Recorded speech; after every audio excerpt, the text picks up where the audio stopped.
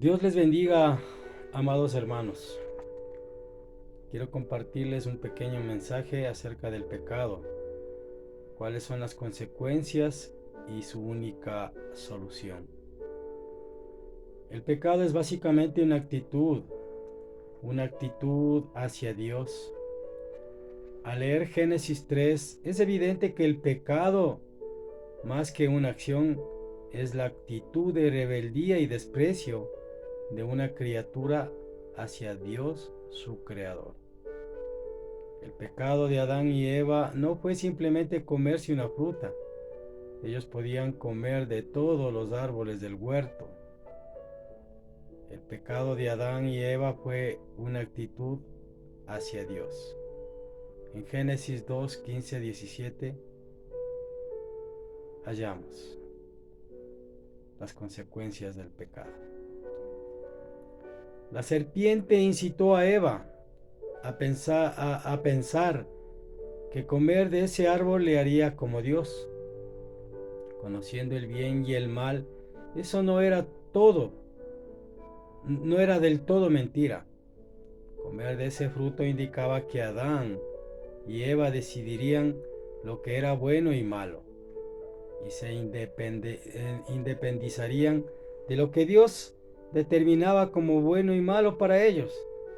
El pecado de Adán y Eva fue desear y tomar la decisión de independizarse de Dios, creyendo no necesitar de Él,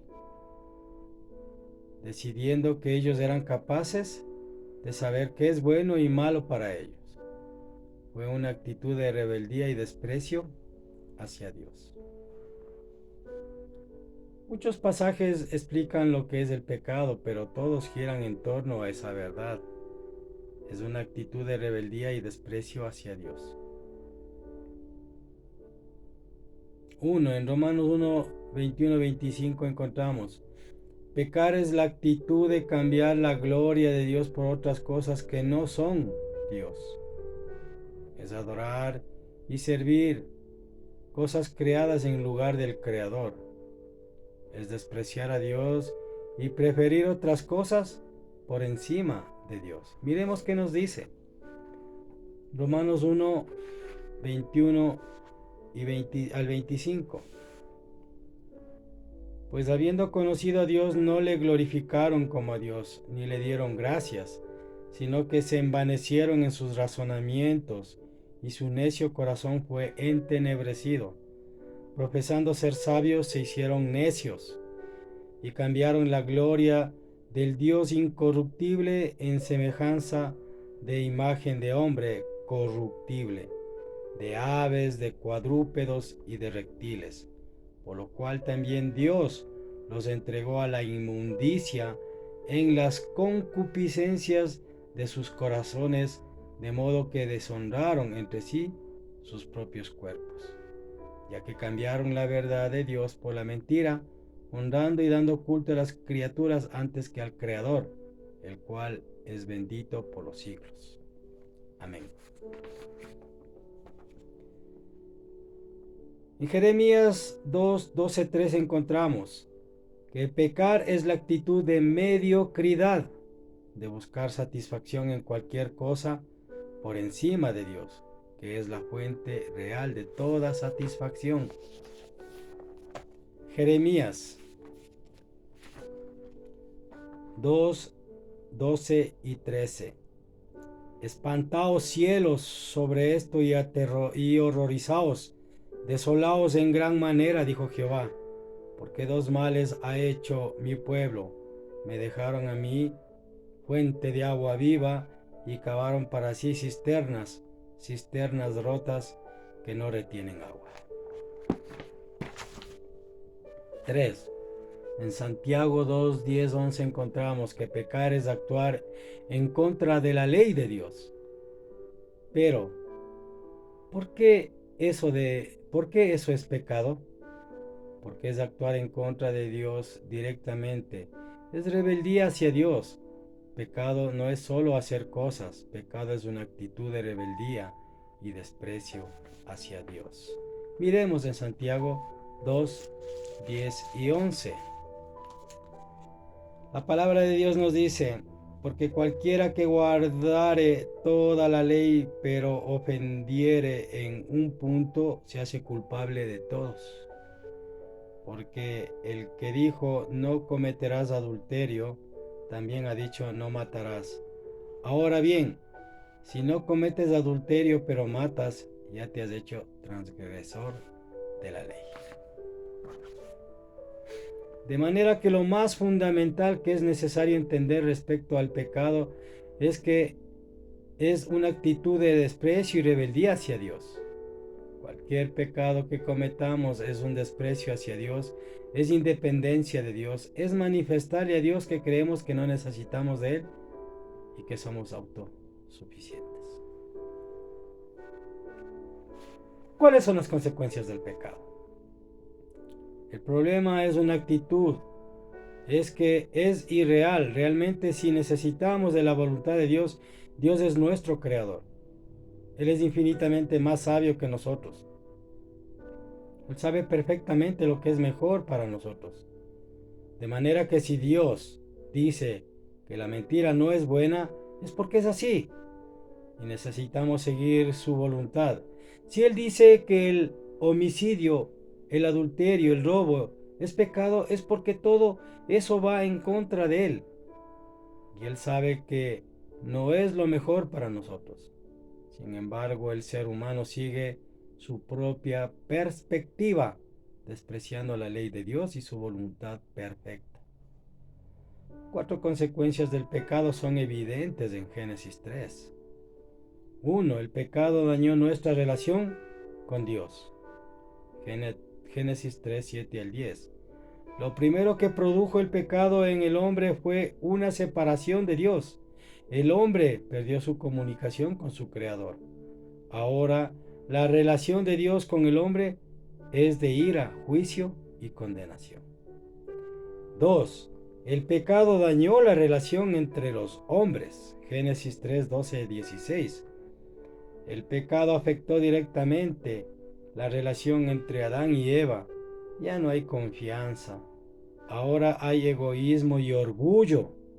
Adán está dispuesto a que Eva cargue con la culpa sin aceptar la suya.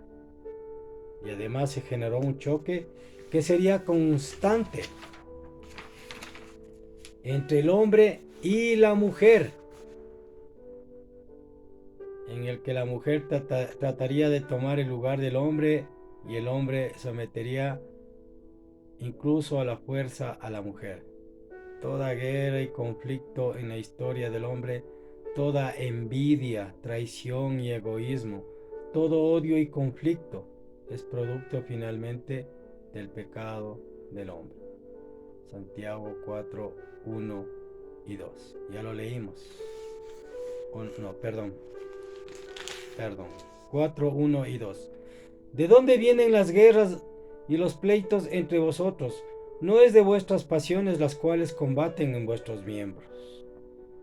Codiciáis y no tenéis, matáis y ardéis de envidia y no podéis alcanzar, combatís y lucháis, pero no tenéis lo que deseáis porque no pedís.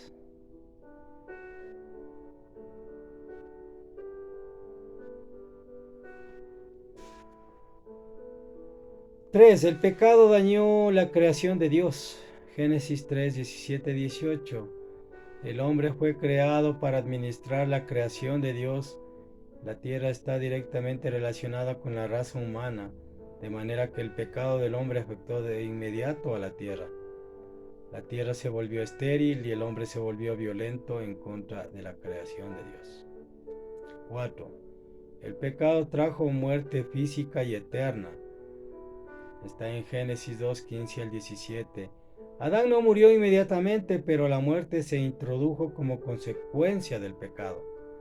Pero en realidad, la más grave consecuencia del pecado es la muerte eterna. Es la separación eterna de Dios, lejos de su presencia y de su gloria para siempre. Segunda de Tesalonicenses 1:9. Miremos. ¿Qué nos dice Segunda de Tesalonicenses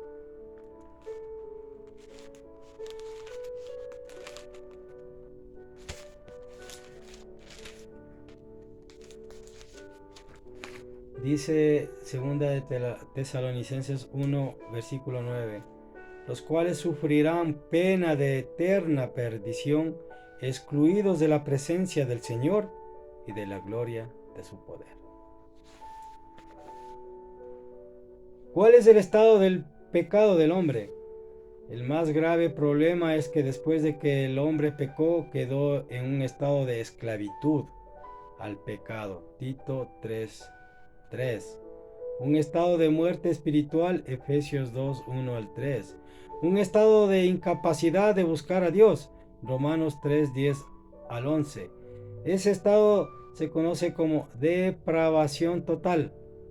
Una vez el pecado entró en el mundo, el hombre vive en un estado de depravación total, es decir, sin la capacidad de salvarse a sí mismo, sin la capacidad siquiera de buscar a Dios.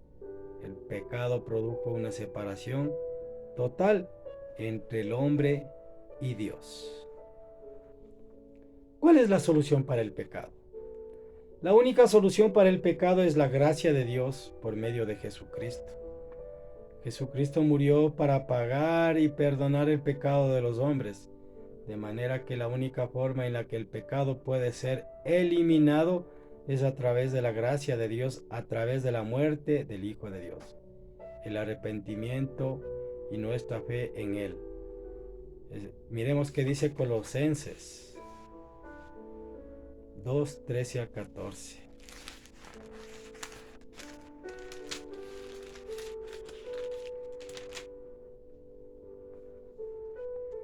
Y a vosotros, estando muertos en pecados y en la incircuncisión de vuestra carne, os dio vida juntamente con Él, perdonándoos todos los pecados, anulando el acta de los decretos que había contra nosotros, que no era contraria, quitándola de en medio y clavándola en la cruz.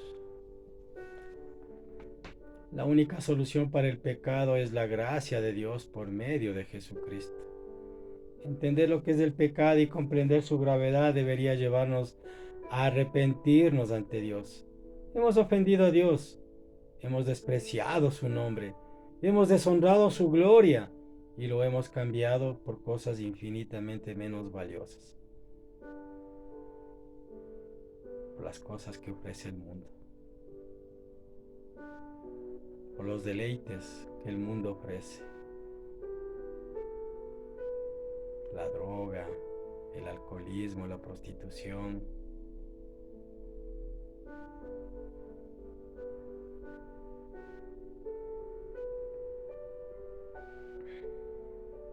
Esa es una ofensa cósmica y debemos arrepentirnos por nuestro pecado. Necesitamos creer en Cristo y confiar en Él como nuestra única esperanza de salvación. Esa es la solución para el pecado. Acercarnos a Cristo, reconociendo lo que somos, con un arrepentimiento genuino, para que Él nos limpie con su sangre preciosa, para que Él nos libre de caer o de ser condenados en el lago de fuego por la eternidad. Hermanos, somos conscientes y como seres humanos vamos a cometer errores, vamos a seguir fallando, porque no somos perfectos. Pero cada día tratamos de buscar esa santidad, tratamos de acercarnos a Dios conforme a su voluntad, para que Él haga en nosotros una criatura nueva, agradable a sus ojos. Entendamos. Para aquellos que están todavía en pecado, para aquellos que todavía están creyendo que no pasa nada, jóvenes, adultos, ancianos, porque hay de todo, porque no estamos libres, no estamos exentos de fracasar o de cometer algún error. Acerquémonos al Señor, pidámosle perdón, Reconozcamos lo que somos y de rodillas clamemos. Acerquémonos con un corazón contrito y humillado para que Él haga en nosotros la obra. Esa obra completa en la cual nuestro Señor se va a glorificar y se exaltará en nosotros. Porque en mi debilidad el Señor se fortalece. Entendamos, por favor. Espero que este mensaje sirva para que reconozcamos lo que somos sinceramente y nos arrepintamos de lo que somos y pidamos perdón para que Dios nos limpie con su sangre preciosa de todo pecado y no seamos condenados por la eternidad. Que Dios les bendiga, amados hermanos, que Dios continúe haciendo la obra y un fuerte abrazo. Amén.